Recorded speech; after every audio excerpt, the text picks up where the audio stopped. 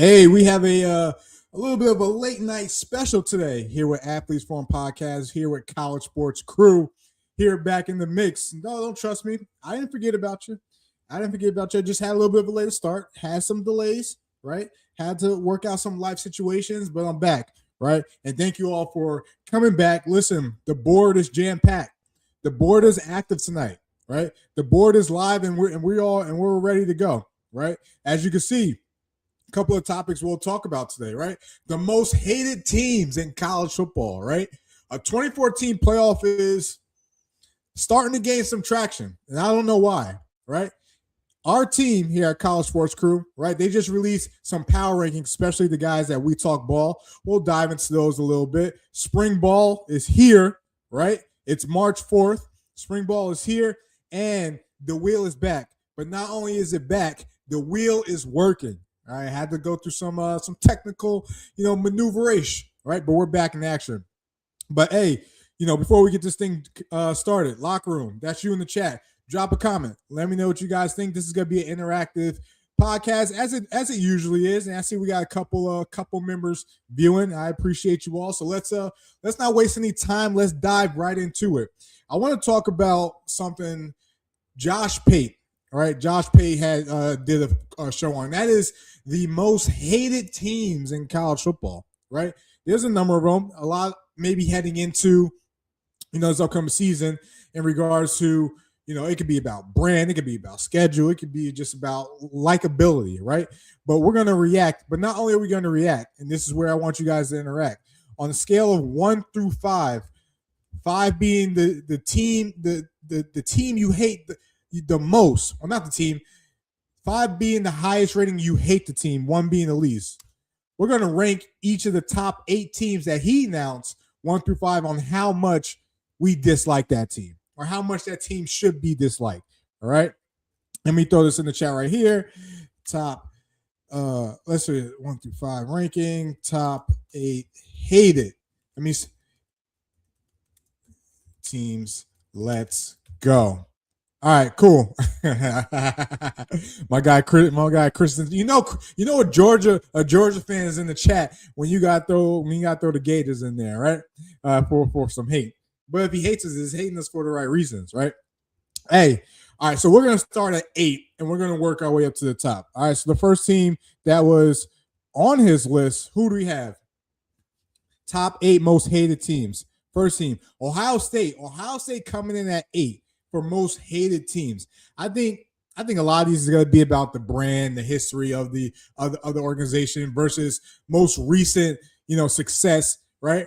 But if I had to rate Ohio State for hate, I mean, I'd probably give it a 3. I don't think they're as dislikable. In fact, I think they're a little bit more likable, right? I think because of maybe what Michigan has done to them over the past couple of years, and obviously they got their revenge, right? I don't think Ohio State necessarily that hateable. I might even change that 3 down to a 2, in my opinion, for ranking the top 8 most hated teams, right? Remember, when we're doing these rankings, 5, the most hatred you have towards a team, 1 being the least, right? I'm going to give Ohio State a 2.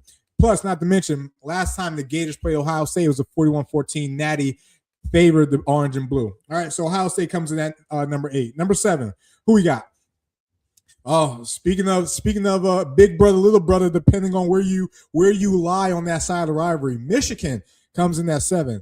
Michigan, this is another team I feel like if you're going to hate them, you're going to hate them from a lot of the off-field stuff, right? Do we need to talk about, obviously the most recent allegations, right? With Sharon Moore, right? With the sign stealing gate. Do we need to talk about that, right? Because they really, outside that championship, they really haven't been that dominant, right? You got 1 year, you lost to TCU. We saw how that ended up in the Natty. The following year, you go on to win the Natty. They were dominant that year, but that was a couple years leading up to that point for Michigan. And then, obviously, once Jim left, they never really got back to that point. So we'll see how they continue to progress. But Michigan coming in at 7, I'm going to mark that as a 3. Mark that as a 3. I don't hate them that much, right? USC, I'm giving USC a 1. I never hated USC. And personally, I think college football is good when you have the brands like USC that are good, right?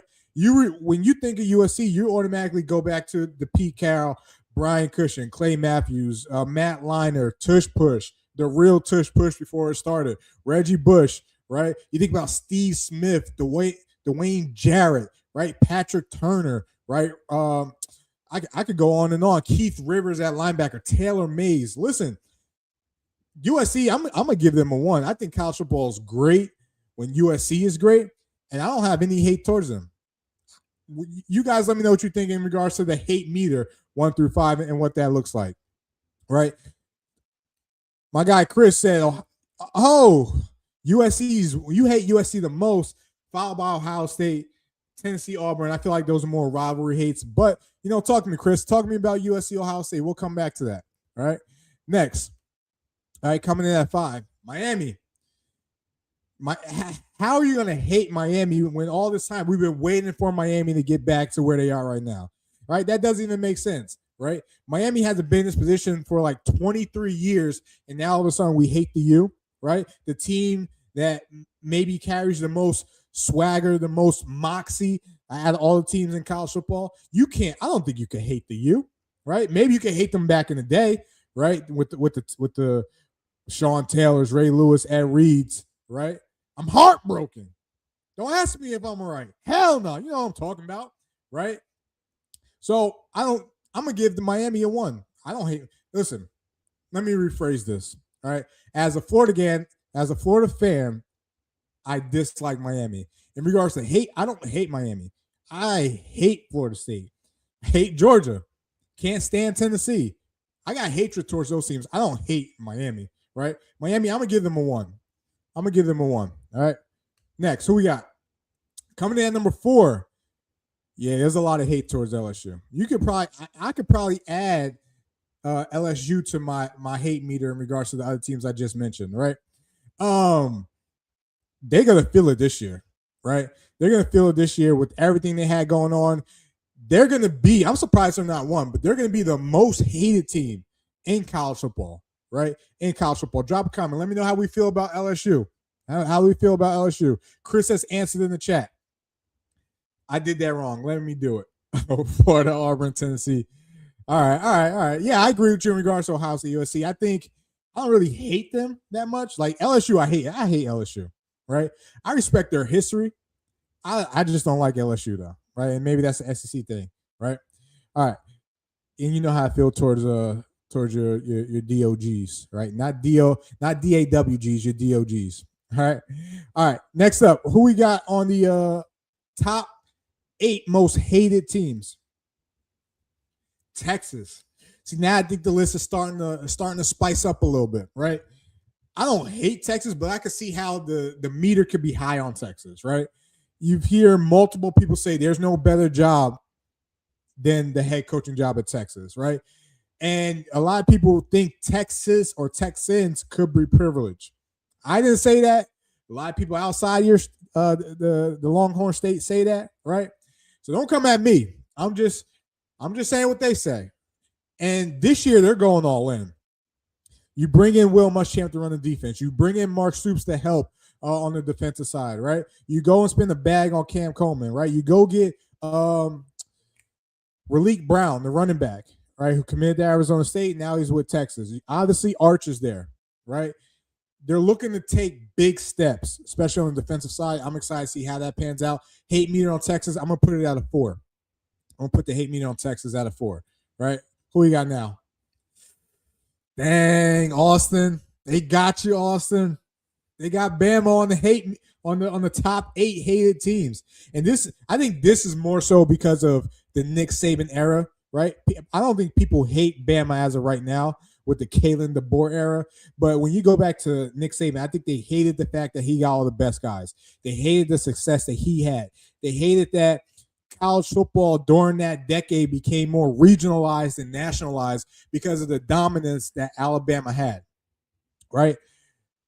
So I think throwing them at 2, I think that's high on the list. I would probably push them down, but in regards to hate meter, I'm going to give them a 3, maybe a 4, right? in regards to I can see how people can hate, Alabama. Drop a comment in the chat. Let me know how we rate Bama. Chris, I know how you feel about Bama. Austin, I know you hate Bama sometimes, during last season. But anyway. All right, and now we got number 1, Notre Dame. This is controversial, man. Controversial. You know what I'm trying to say. Listen, Notre Dame. All right. I can see why people are going to hate Notre Dame, especially with, 1, they have a real life schedule. 2, they kind of did a backdoor deal to kind of get into the playoffs, right? Once we get past a certain threshold, years wise, and we're entering that 2026, where if they're at least even ranked in the top 12, they're going to the playoffs as an independent, right? People think Notre Dame should be in the conference. That could be a topic for another day, right? But I can see why the hate meter on Notre Dame, even though ranking this 1 through 5, is going to be out of 10, right? People think Notre Dame, similar to Texas, has like a privilege to them, right? People think Notre Dame, from the outside looking in, are owed, or people who play at Notre Dame, they're owed a certain status, right? Now, going into next season, there's no room for error with Notre Dame. Light schedule, right? You miss out on Notre Dame. You get a loss next year, one of those weird losses that they usually give, like a Marshall or NIU. You get one of those weird losses next year, you might not see the top 12, despite what your deal is with getting into the playoffs. So, ranking Notre Dame on the hate meter 1 through 5, I can see how it could be a 5 as regards to how college football as an audience is going to hate Notre Dame. But I can also see it being way higher, right? But again, Josh Pate rated the top 8 teams, all right, in college football that are the most hated teams in college football, right? And all we did was just rank them. Drop a comment. Let me know what you guys think, all right? Hey, let's pay some bills. College Sports Crew. Listen, you can find us on X, Twitter. I'm going to call Twitter, right? At College Crew. YouTube, TikTok, College Sports Crew. We do lives. We got shows. Tomorrow, we Talk Ball, and if you've been following us, especially on TikTok and Twitter, they've been releasing their power rankings for the P4 conferences, right? And we're going to dive into those shortly here in a second. I got some thoughts about those, but tune in tomorrow as they release their top 25. I don't know if it's supposed to release that or not. I think it was released, right? Tomorrow's going to be a great show, another interactive one, and we're going to break down the P4 power rankings here shortly, right? But before we do that, it's something about 2014 playoff that people are starting to like, right? Josh Heupel, Tennessee, right? Head coach at TCU, his name is leaving me right now. I forgot his name, but they're saying college football is trending in a direction where a 2014 playoff is warranted, is necessary. I think otherwise. And this is coming from someone who's played in the FCS, and we have a 2014 playoff. I think the level of competition at the FCS is the gap's a little closer than it is at the FBS level, right? Because you saw JMU Oregon. You saw Tulane, shout out to Coach John Summerall. You saw Tulane Ole Miss. You're going to get those matchups probably for the first 2 rounds if we do a 2014 playoff. So why even – the only reason we're going to get that is for money reasons, right? And they're going to extend the season to go up until Valentine's Day after the Super Bowl, all right? You're going to devalue conference championship games. You're going to devalue the season, right?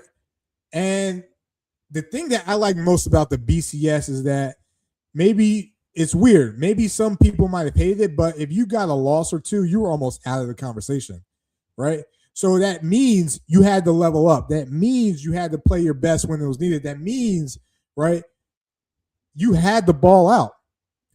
And expanding the playoffs just to give teams hope and an opportunity at the FBS level, I just personally don't think it works out. Again, FCS level is different, right?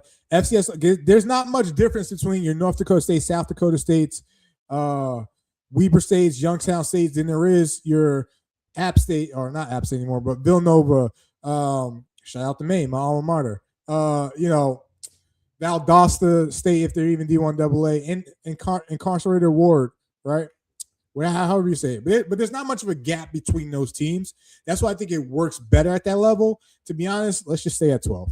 I won't go too much on it. Let's just stay at 12, right? Drop a comment. Let me know what you think about 2014 playoff, right? Because we got some coaches in high power conference, P4 conferences that says we need it. We need it. Maybe just win your conference. You don't got to worry about having getting other spots to get into the playoffs. But that's a topic for another day. All right. College Sports Crew Power Rankings. We Talk Ball did P4 Power Rankings, and we're going to dive into it. We're going to do ACC, Big 12, SEC, all right, and Big 10. I'll give my thoughts live on the spot, right? So these were the ACC pre-spring rankings, right? Top teams: Miami, SMU, Louisville, Cal, Virginia Tech, Virginia, Clemson, Georgia Tech. And you guys see the rest. My thoughts on the ACC. I think the ACC is going to be the ACC's next year, I think is going to be a wild card, right? I think Miami has potentially the best quarterback. You could argue that with Cal's quarterback, who's going to be a true sophomore, right? And I think let's play it out, right? SMU, I'm just not a believer in SMU, right? It's Kevin Jennings, the quarterback, really just left a bad taste in my mouth after that Penn State game and how they played. I haven't been a believer in them. Louisville, we'll see how that pans out. They just got a quarterback transfer from Ohio State. I think Cal's a sleeper team. I kind of like Cal at 4. Virginia Tech, I'm high on. I think Virginia is going to be interesting because you got Bo Perbula, and then you got Easton, the quarterback from Pitt that transferred, right? And they're going to be battling out. Clemson's a wild card. I could see Clemson taking a step back. But then again, these are the type of years Dabo has his best years. We'll see how that pans out. North Carolina, what are they going to look like? Florida State, I think Florida State might, you know what, this is just a ride we're talking, right? Let's leave Florida State where they are. But you can even Pitt, man. I think Pitt's going to be better than 13. They had a true freshman quarterback come in and play well, got experience. I think they're going to be a better team than what they are in 13, right? So the ACC is just a wild card, right? ACC is just a wild card in my opinion. But the ones I do like off the top, Cal, Virginia Tech, probably 2 slots I like the most, right? Let's go to Big 12. Outside of Texas Tech and BYU, what does this really look like, right? I think Arizona, I might put Arizona, I might crack them in the top 5, right? This is a team had no expectations last year, and they played pretty well, right? Does TCU take the next step? Arizona State, you can't rule them out. Kenny Dillingham and the type of season they had, you can't rule them out. They should have a bounce back year. I think Kansas State takes a step back. Kansas, Baylor's going to be interesting. The DJ Lagoy situation, is he going to be able to, prove that he's better than what he showed when he was in the orange and blue down here in Gainesville, right? We'll see how that pans out. West Virginia, I think West Virginia's going to be a lot better than I think, right? But then again, they had one of the most transfer portal losses in regards to players transferring out than the other team in the P4, right? This is Texas Tech.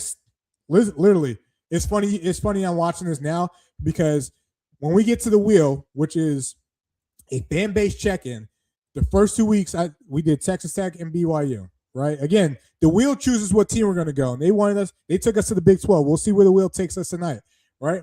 But, the Big 12, there could be some sleeper teams, right? Arizona State. West Virginia could kind of get a little tricky in there as well, too. But needless to say, the Big 12 is a Texas Tech, BYU conference until proven otherwise. I think Utah takes a step back, right? Lose your head coach, lose your top defensive end. They go to Michigan. Jason Beck goes to Michigan. I think Utah's going to take a step back. I would actually maybe slide Utah down to maybe between Arizona State and Kansas State, but we'll see how that pans out. Let's go to SEC. All right. SEC ball. Listen, we are a network that is heavily favored on the SEC just because of our fan, right? So this may get a little personal, right? Georgia at number 1 got me thinking. Chris definitely made this power ranking. Georgia at 1, right? Ole Miss. I think Ole Miss takes a step back. I don't think they repeat the type of success that they had. And I know a lot of Ole Miss fans are very, very happy with the whole Trinidad Chambliss thing, right? I just think other teams have leveled up. I think Texas has leveled up. LSU, that's going to be your season. That's going to tell us all we need to know about the Rebels and the Tigers when they play in early September, right? Oklahoma, John Mateer, experienced quarterback. Texas A&M, Marcel Reed, experienced quarterback. Alabama, I think they take a step back. I'm sorry, Austin. It's just too many unknowns at quarterback. They lost a lot of beef on the offensive and defensive line, right? I just don't know if I trust Bama. Listen, as a Gator fan, I would love to give you my biased opinion, but I'm just going to leave that alone. Auburn, listen, Coach Gulish, I saw what he did personally with a USF team in Gainesville. You can't rule out Auburn, right? Mizzou, I'm never sold on Mizzou, right? I feel like they're always a team that's stuck between they're good, but they're not good enough. Austin Simmons, transfer quarterback from Ole Miss. Is he going to be enough to get them over the hump? To get them over the hump. Damian Wilson, they lost their top defender who's going to Miami, right, to be coached by Jason Taylor. He saw what he did to Ruben Bain and Makeem Mesidor. Damian Wilson wants to be next, right? And then Elijah Hood, listen, probably going to be one of the top backs in the country next year. So Mizzou, I just don't trust them. So I don't know where to slot them, right? Tennessee, we don't know what that's going to look like. Who's going to be the quarterback at Tennessee? South Carolina, is Lenore Sellers ever going to live up to the hype? But at the same time, is South Carolina going to give him, one, a line to protect him, and two, an offensive coordinator that'll put him in the best position to win? So South Carolina's tricky. I don't know where to rate Kentucky, but I think they'll be better than 13. I think Will Stein is going to, with what he's done in Oregon, with Bo Nix, all right, with Dylan Gabriel, with Dante Moore, you got to have confidence that he's going to get a quarterback that fits his system, and he's going to get it right? Mississippi State, Arkansas, Vanderbilt. Listen, there's no trusting for Jack Curtis at Vanderbilt. That's all it says there, right? So the SEC is going to be wild next year, right? Let's go to the chat real quick. Who we got?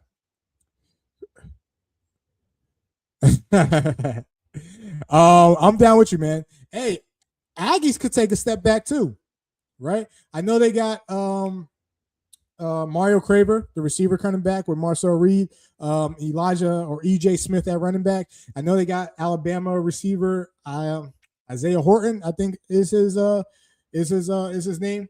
And then we got, what's their defense gonna look like? Cassius Howell, they're gonna lose him. They're losing one of their top linebackers and defensive backs. A&M got some questions on defense. Mike Elko, a defensive-minded head coach, is going to have to find a way to get the best out of that defense as well too. So I agree with you. Aggies might have, I won't be mad if you drop the Aggies and Bama a couple spots down and bump the blue and orange up. I'm right there with you, Chris. All right, let's go to Big Ten. It pains me to say this, but the best conference in college football right now, right? Oregon at 1 is interesting. I can't lie. And you know what? I like it. I like Oregon at 1, right? Dante Moore's coming back, right? They've done a number in the transfer portal, bringing in a lot of key guys, especially in that front seven, some weapons at receiver. People forget, Oregon was not supposed to be where they were at last year. That was supposed to be a rebuilding team, and they went to the semifinals. A rebuilding Oregon team, Dan Lanning Oregon team went to the semifinals. And they got a lot of guys coming back. You do the math. Ohio State, Julian saying, can he take the next step, right? It's easy to dominate throughout the season, right? With, the Jeremiah Spencer, Carnell Tates, and, your basic playbook. Because don't get me wrong, Ohio State runs a basic playbook, and they stepped it up going to the playoffs. That was their formula 2 years ago when they won the Natty. That's their formula this past year too. Indiana at 3. Your Hoosier fans ain't gonna like this. Hoosier fans are gonna ask for their respect. I think they're slotted where they need to be. I think they're slotted exactly where they need to be, right? Because this is gonna be a different Indiana team. And I made a video, and Indiana fans got mad at me. They thought I was trolling. I'm not trolling. This is going to be Cignetti's biggest test, right? All his JMU guys are gone, right? This is probably his biggest portal class he's had in the 2 years at Indiana. These guys don't know his system, right? These guys, when Fernando Mendoza left Cal, went to Indiana, at least his brother was on the team. His brother was there to help him teach the offense and get acclimated to the culture and the way things are done. Josh Hoover's the guy now, right? And they got some dogs at receiver, right? They got some dogs at receiver. The Michigan State guy, I can't think of his name off my head. He's got to be good. He's got to be good. Defense, I like what they've done too, right? Indiana's going to be a good team, but they also have a harder schedule. I think they go to Michigan, Ohio State. They play Penn State. We'll see how that happens. Michigan at 4. I think it's a little high. I think Michigan's a little high. I think they were incredibly young last year. We're going to need to see more from Bryce Underwood in regards to his development, especially with threatening the ball downfield. And we'll see because new head coach, his name's leaving right now. Excuse me. They want to run the ball. They're going to run the ball. Justice Hayes, I think he returns. I don't think he's the one that transferred, right? So we'll see what Michigan looks like, right?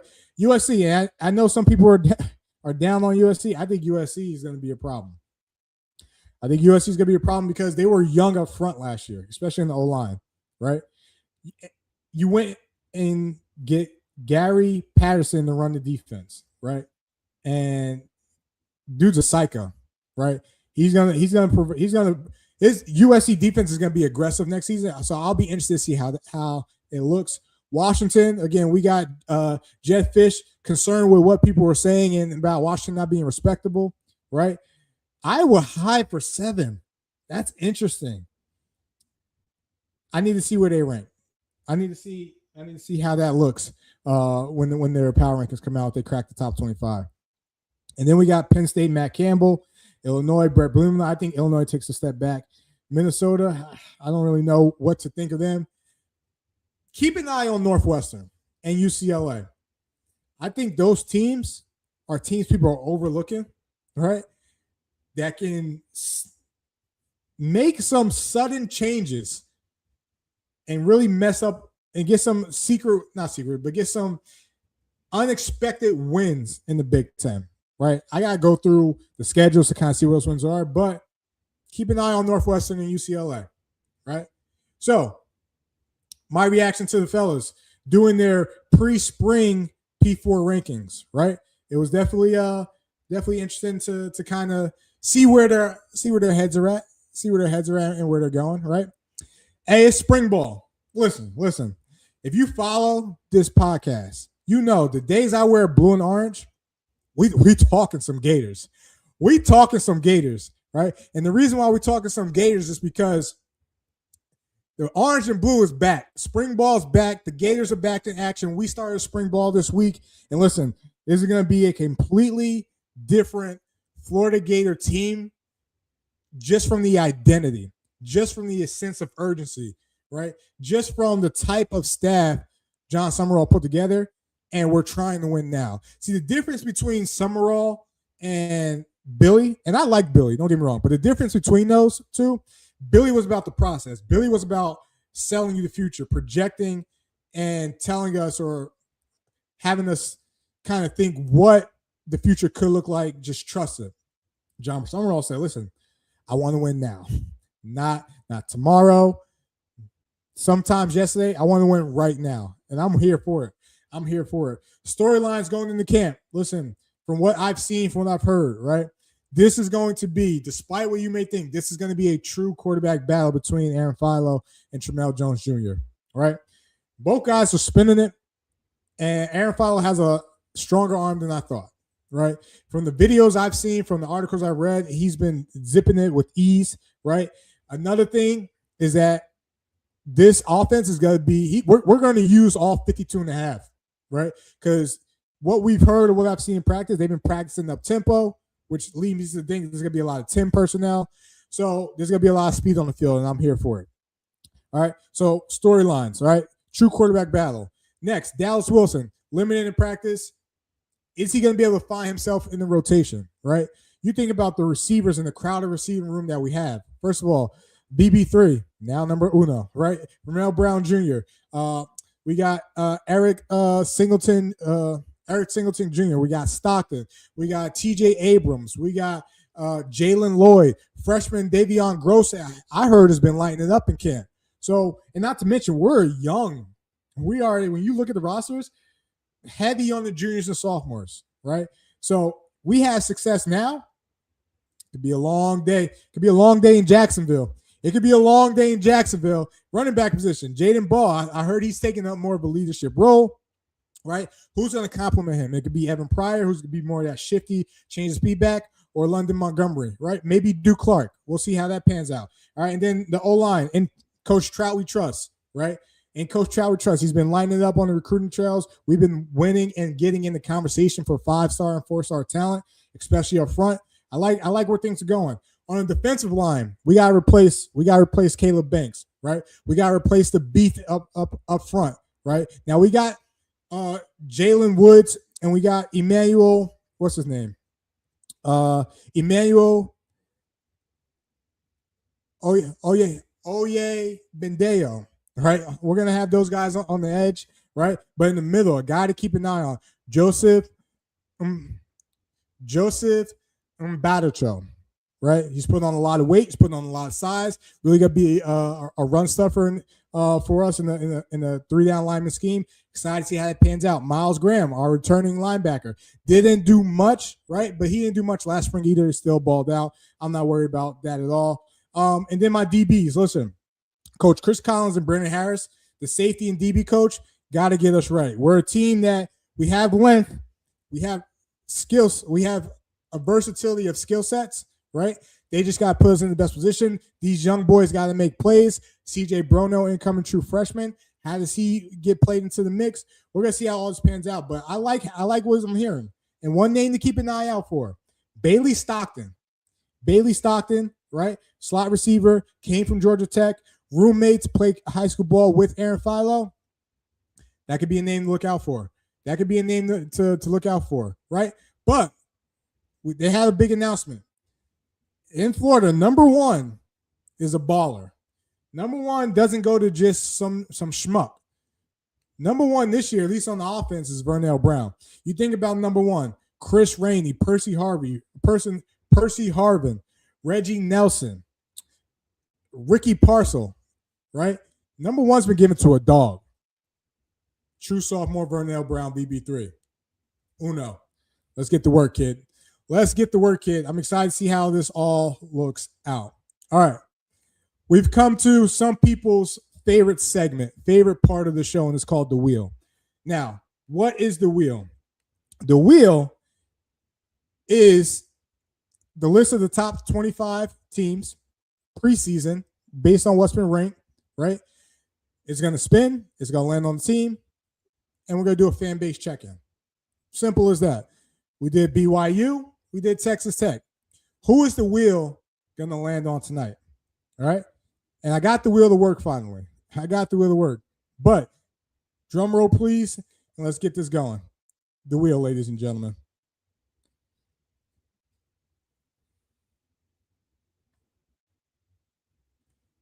Hey. Okay. LSU it is.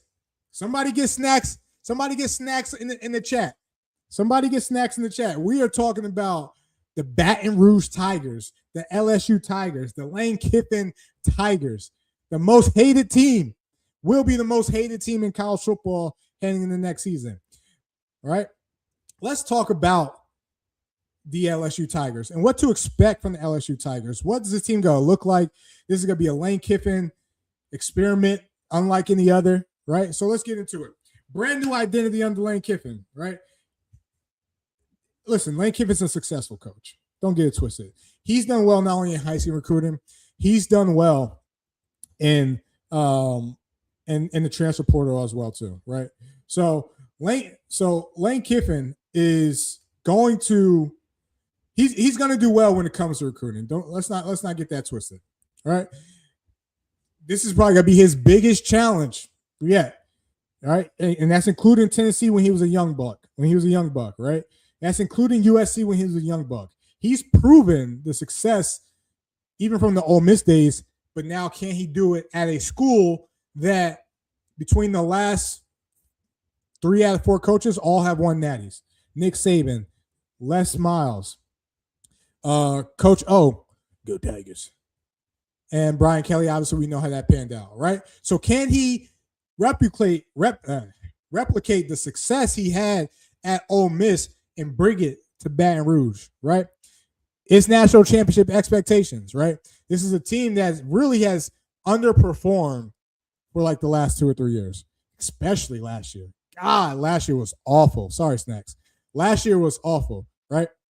So what does Lane do? He comes in, roster turnover. It had to be. And not necessarily losing a lot of guys, but getting guys that's going to fit his system, right? And his system works. His system works. There's no ifs, ands, or buts about it, right? So let's dive into it. Key players returning, right? Harlem Berry, he was a freshman running back last year, standout. He's going to be the centerpiece of that offense, right? Now, is he going to be what Casey Kyron Lacey is? Yet to be determined. But he's also going to have his running mate in Cade Durham that's going to be running with him, right, on the offensive side. Not to mention probably one of the most athletic tight ends in Trey'Dez Green that is returning back, right? He's a big red zone target. Sam Levitt's going to love this guy, right? Lane Kiffin's going to love this guy. Baton Rouge already loves this guy, right? Now, on the defensive side, right, Whit Weeks, he is the heartbeat of that defense. There's no ifs, ands, or buts about it. Whit Weeks, also dating Lane Kiffin's daughter, is going to be the guy. He'll be a top draft pick, but he's going to be the guy that sets the front, gets everyone aligned in the back, right? And, I did a short about him and the conversation he had with Gus Nussmeier, partially making fun of him, right? But it's been a little quiet in Baton Rouge. It's been a little quiet around the Weeks part, right? I think Whit